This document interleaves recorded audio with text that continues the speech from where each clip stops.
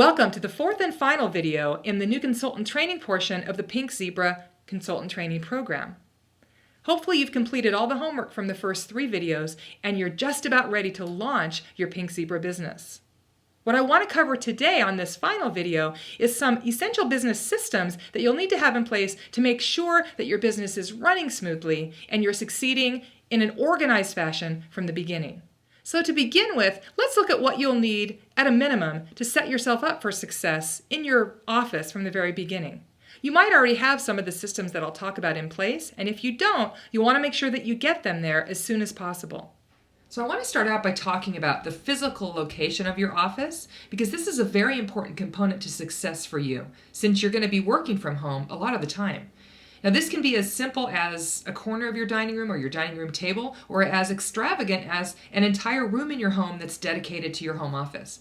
Whatever it is you're working with, making sure that it's functioning for you and that you have the systems you need set up is going to make a huge difference not only in how productive you are there, but really more importantly, how you feel when you're working in that space. So whatever your space is, make sure that you set it up so that it feels productive and positive for you.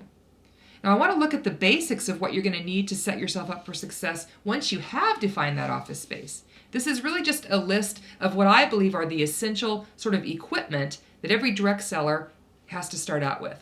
To begin with, you need some sort of a filing system, either a filing cabinet or at the very least, cardboard box system, something that will hold file folders for your business files.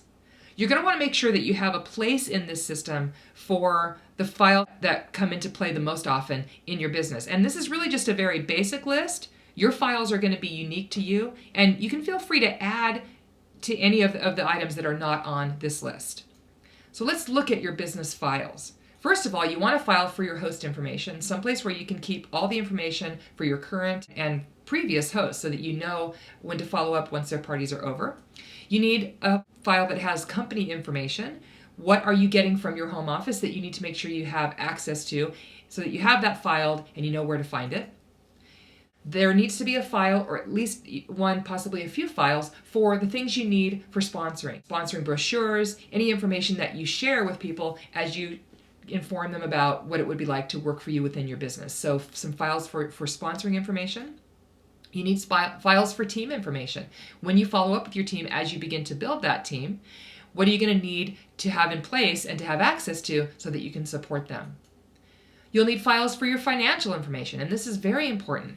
Tax records, banking statements, anything that has you deal with your finances, you need to make sure that you have a file or a few files in place for that.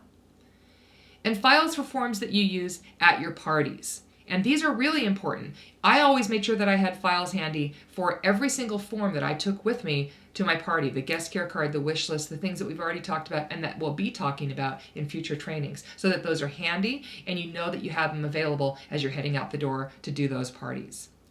Make sure that your box or your cabinet is large enough to accommodate all of your needs in this area. The next thing that you're going to need is a time management system of some sort, also known as a calendar, and a follow-up system.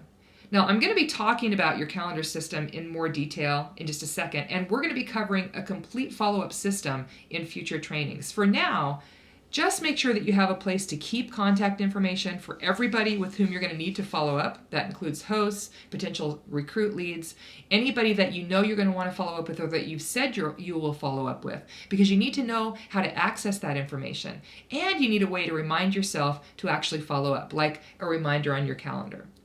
You're going to need some large envelopes. These are 9 by 12 envelopes. You might want to buy a large box of them like are shown in this picture, because you're going to use these for host packets and your host information. Again, we're going to cover how you use these in detail in a future training, but to begin with, you're going to want to set up your host packets for your parties with the minimum that they'll need to have, like catalogs, the host wish list, and any information that your host needs to have a successful party, and put those in those envelopes so that you have them ready to give to your new hosts at your parties.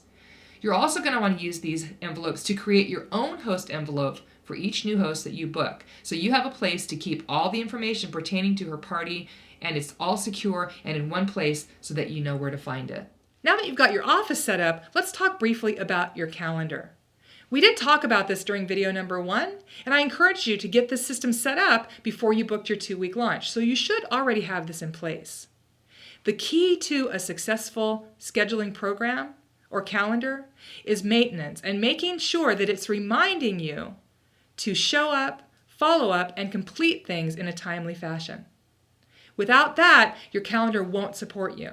So let's look at this very important area of your business. So first of all, take a look at your calendar system as it stands now and make sure that it's working for you. Ask yourself, is it reliable?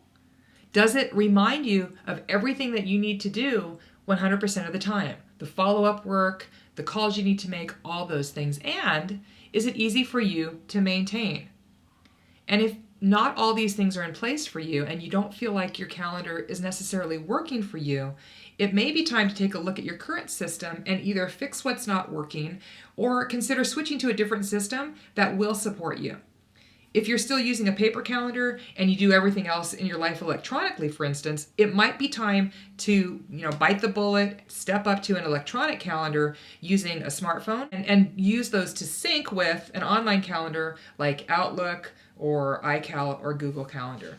The key really is functionality with your lifestyle. So you have to make sure that you have this calendar system working for you. It's a key component to success in your business.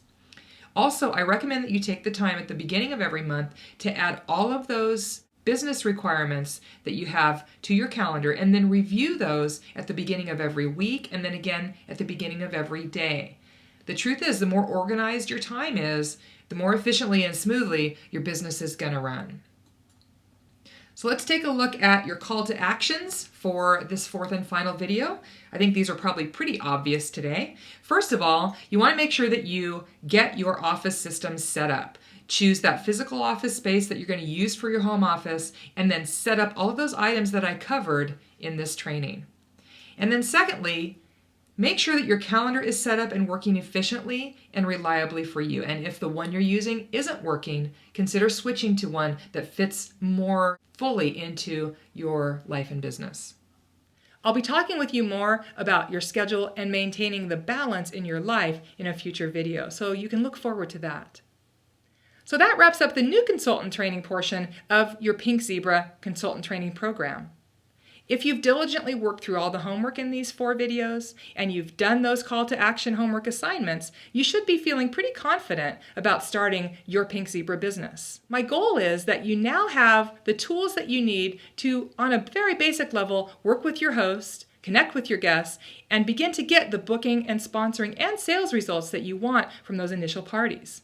As I've said all along, this is just the basics, and I want you to know that over the course of the next 11 weeks, you're going to be receiving a weekly video or audio that goes more in depth into all the areas that we've covered through the course of these 4 new consultant training videos. I didn't want to overwhelm you with too much information, but just know that you've still got quite a bit to learn, and that information will be coming, and it'll be easy for you to implement it as we move forward. I'm very much looking forward to working with you as you build your business and deepen the learning that we've started in these first 4 new consultant training videos. Good luck, and I'll see you next time.